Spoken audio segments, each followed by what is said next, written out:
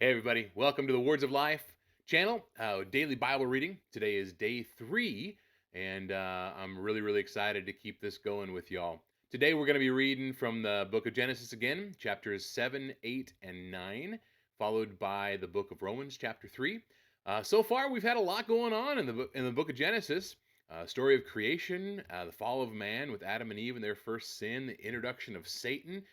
We also have the introduction of Noah, the next redeemer figure we find, and his story with the ark and the sin of mankind and God's punishment for that. So I'd love to hear what you have to say. Comments, questions are always wanted, and we're excited to have those discussions with you. Let's dive right in. Genesis chapter 7. Then the Lord said to Noah, "Go into the ark, you and all your household, for I have seen that you are righteous before me in this generation. Take with you 7 pairs of all clean animals, the male and his mate, and a pair of the animals that are not clean, the male and his mate, and 7 pairs of the birds of the heavens also, male and female, to keep their offspring alive on the face of all the earth.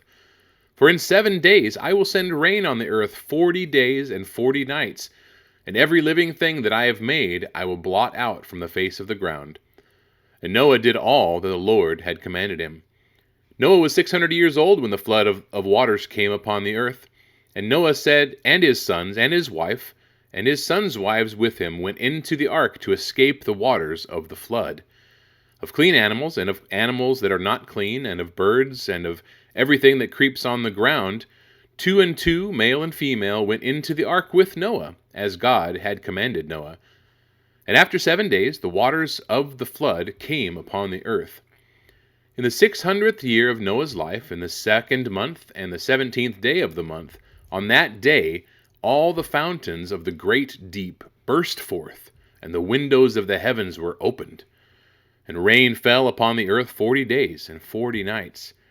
On the very same day Noah and his sons, Shem and Ham and Japheth, and Noah's wife, and the 3 wives of his sons with them entered the ark.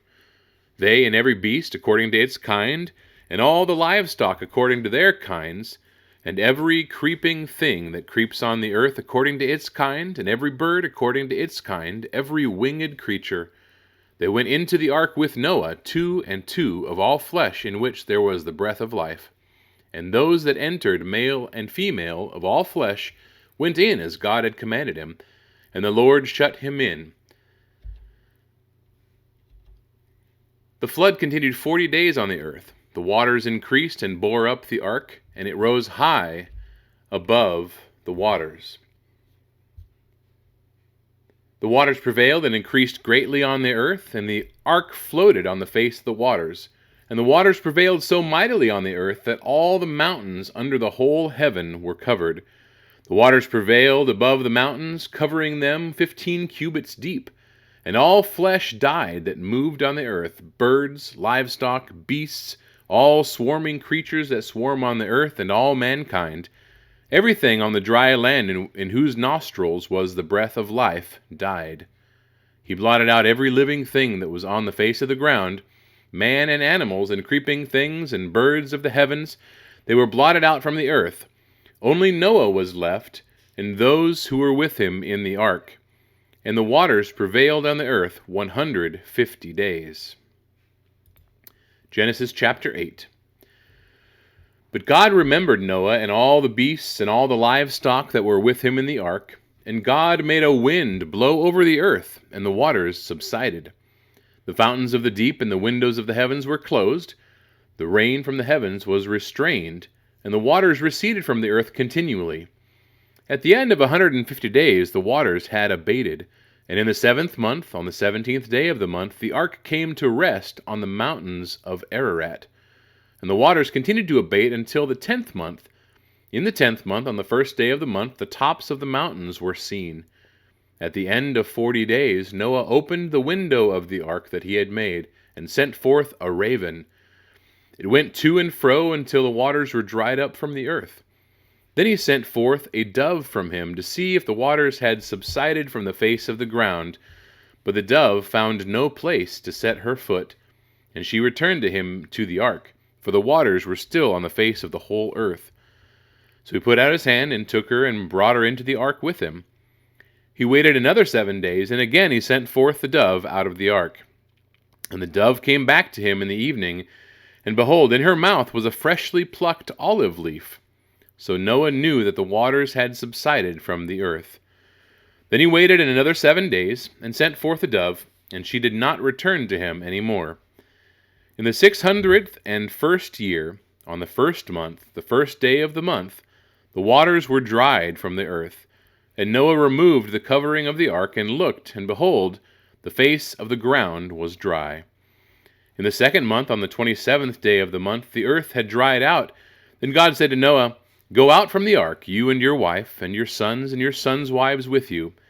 Bring out with you every living thing that is with you of all flesh, birds and animals, and every creeping thing that creeps on the earth, that they may swarm on the earth, and be fruitful, and multiply on the earth." So Noah went out with his sons, and his wife, and his sons' wives with him. Every beast, every creeping thing, and every bird, everything that moves on the earth went out by families from the ark. Then Noah built an altar to the Lord, and took some of every clean animal and some of every clean bird, and offered burnt offerings on the altar. And when the Lord smelled the pleasing aroma, the Lord said in his heart, "I will never again curse the ground because of man, for the intention of man's heart is evil from his youth. Neither will I ever again strike down every living creature as I have done.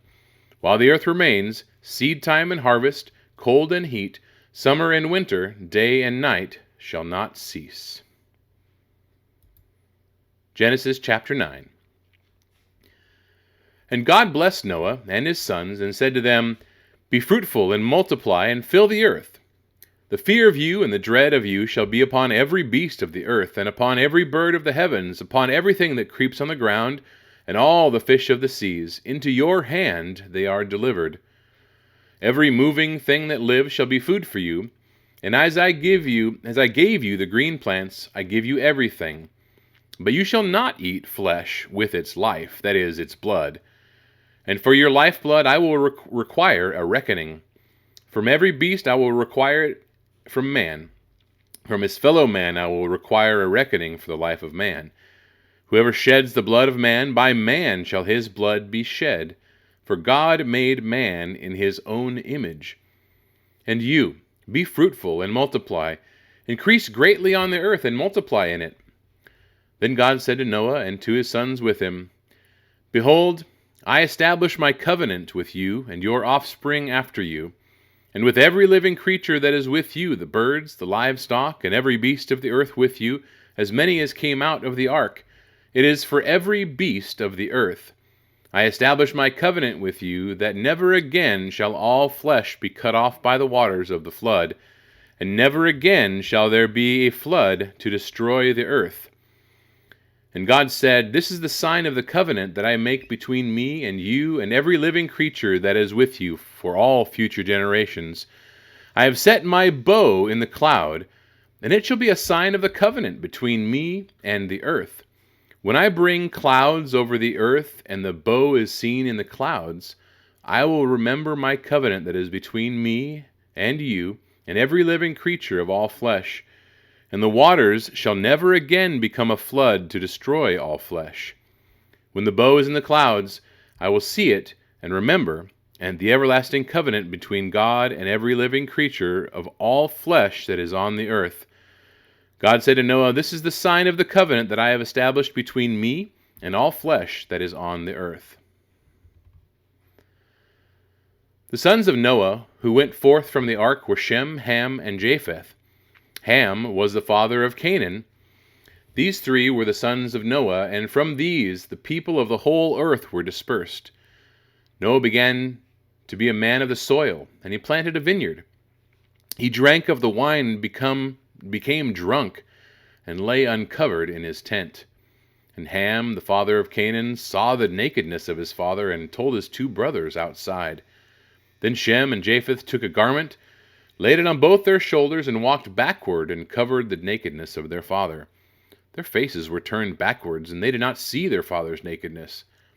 When Noah awoke from his wine and knew that his youngest son had done to him, He said, "Cursed be Canaan, a servant of servants shall he be to his brothers." He also said, "Blessed be the Lord, the God of Shem, and let Canaan be his servant. May God enlarge Japheth, and let him dwell in the tents of Shem, and let Canaan be his servant." After the flood, Noah lived 350 years, and all the days of Noah were 950 years, and he died. Romans chapter 3. Then what advantage has the Jew, or what is the value of circumcision? Much in every way. To begin with, the Jews were entrusted with the oracles of God. What if some were unfaithful? Does their faithlessness nullify the faithfulness of God? By no means. Let God be true, though every one were a liar, as it is written, that you may be justified in your words and prevail when you are judged. But if our unrighteousness serves to show the righteousness of God, what shall we say? That God is unrighteous to inflict wrath upon us? I speak in a human way. By no means. For then how could God judge the world? But if through my lie God's truth abounds to his glory, why am I still being condemned as a sinner? And why not do evil that good may come? As some people slanderously charge us with saying, their condemnation is just. What then? Are we Jews any better off? No, not at all. For we have already charged that all, both Jews and Greeks, are under sin. As it is written, none is righteous, no, not one. No one understands, no one seeks for God. All have turned aside, together they have become worthless. No one does good, not even one. Their throat is an open grave, they use their tongues to deceive. The venom of asps is under their lips. Their mouth is full of curses and bitterness. Their feet are swift to shed blood. In their paths are ruin and misery, and the way of peace they have not known. There is no fear of God before their eyes. Now we know that whatever the law says, it speaks to those who are under the law, so that every mouth may be stopped, and the whole world may be held accountable to God. For by works of the law, no human being will be justified in his sight, since through the law comes knowledge of sin. But now, the righteousness of God has been manifested apart from the law, although the law and the prophets bear witness to it, the righteousness of God through faith in Jesus Christ for all who believe. For there is no distinction, for all have sinned and fall short of the glory of God, and are justified by his grace as a gift through the redemption that is in Christ Jesus, whom God put forward as a propitiation by his blood to be received by faith. This was to show God's righteousness, because in his divine forbearance he had passed over former sins. It was to show his righteousness at the present time, so that he might be just and the justifier of the one who has faith in Jesus. Then what becomes of our boasting? It is excluded. By what kind of law? By law of works? No, but by the law of faith. For we hold that one is justified by faith apart from works of the law. Or is God the God of Jews only? Is he not the God of Gentiles also? Yes, of Gentiles also, since God is one who will justify the circumcised by faith and the uncircumcised through faith. Do we then overthrow the law by his faith? By no means. On the contrary, we uphold the law. All right, well, that concludes day 3. Congratulations and good job so far. You know, we've been diving into both Old and New Testament. We really haven't talked about the book of Romans much. Romans is a really complicated book sometimes, and it can be very confusing. So if you have any questions about what's going on with Paul, why is he writing what he's writing? One of the things he's actually trying to accomplish is setting up a case for the Christians in the Rome area that the teachings of these Judaizing teachers that are coming and they're trying to maintain a portion of the old law with and making it mandatory with the new covenant and new laws that Paul and the apostles are teaching through Jesus. So pay attention to that.